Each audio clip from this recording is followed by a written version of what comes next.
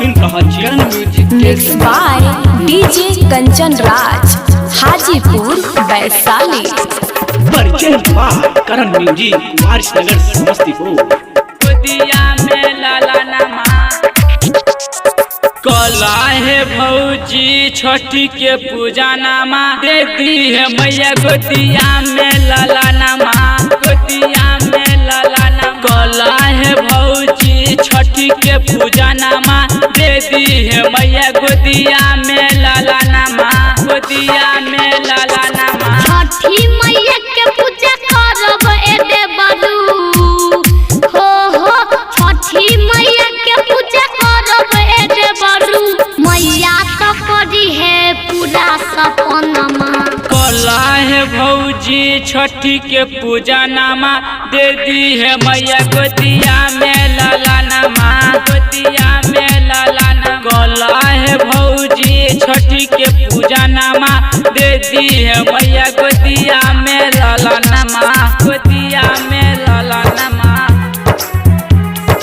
गोदिया में लाला नमा डीजे कंचन राज डीजे कंचन राज डीजे कंचन राज हाजीपुर वैशाली हाजीपुर वैशाली हाजीपुर वैशाली।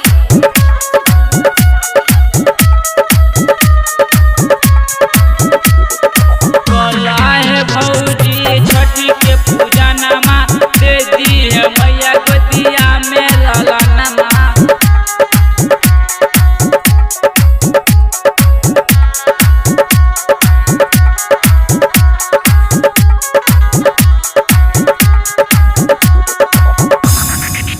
छठी मैया के महिमा बाते महान हो बाते महान हो छठी मैया के महिमा बाते महान हो जाने ला पूरा दुनिया जहान हो दुनिया जहान हो विनती करीले पौआ परीले हो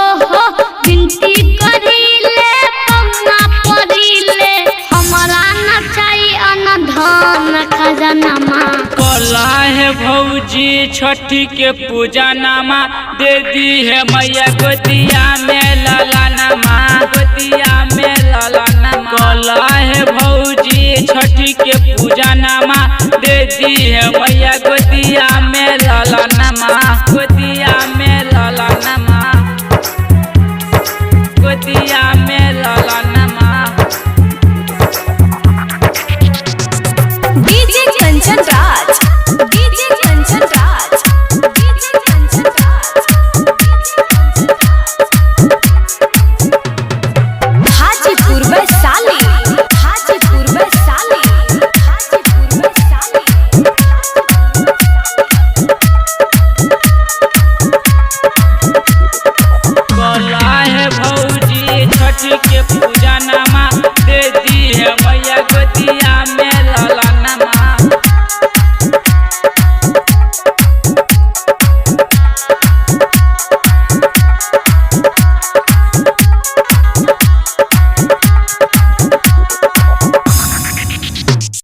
छठी मैया करिए पूरा सपनामा पूरा सपनामा छठी मैया करिए पूरा सपनामा खुश हो जबू माई दीही लाला नमा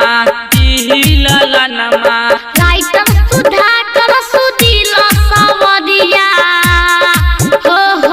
राइटर सुधाकर सुदिल सवरिया रसहन बिपिन के मनला कहनमा कला है भौजी छठी के पूजा नामा दे दी है मैया गोदिया में लाला नमा गोदिया में लाला नमा कला है भौजी छठी के पूजा नामा दे दी है मैया गोदिया में लाला नमा।